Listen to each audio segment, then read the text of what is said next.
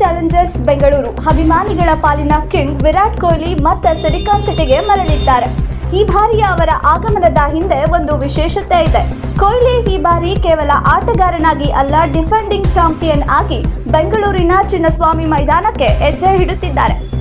ಕಳೆದ ಸೀಸನ್ನಲ್ಲಿ ಆರ್ಸಿಬಿ ತನ್ನ 18 ವರ್ಷಗಳ ಸುದೀರ್ಘ ಕಾಯುವಿಕೆಗೆ ತೆರೆ ಎಳೆದು ಮೊದಲ ಬಾರಿಗೆ ಐಪಿಎಲ್ ಟ್ರೋಫಿ ಎತ್ತಿ ಹಿಡಿದಿತ್ತು.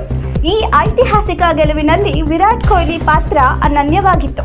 ಕಳೆದ ಬಾರಿ ಕೊಹ್ಲಿ 144.71 ಸ್ಟ್ರೈಕ್ ರೇಟ್ನಲ್ಲಿ 657 ರನ್ ಸಿಡಿಸಿದ್ದರು. ಇದರಲ್ಲಿ 8 ಅರ್ಧಶತಕಗಳು ಸೇರಿದ್ದವು.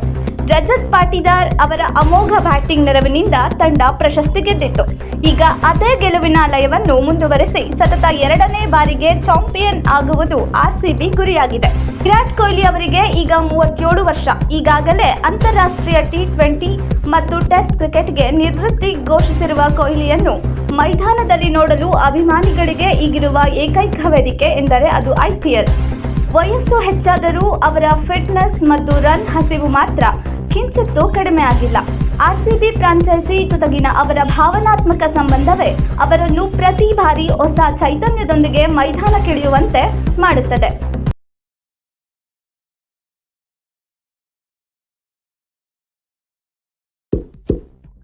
ಇಂತಹ ಇನ್ನಷ್ಟು ವಿಡಿಯೋಗಳಿಗಾಗಿ ಲೈಕ್ ಮಾಡಿ, ಫಾಲೋ ಮಾಡಿ, ಶೇರ್ ಮಾಡಿ.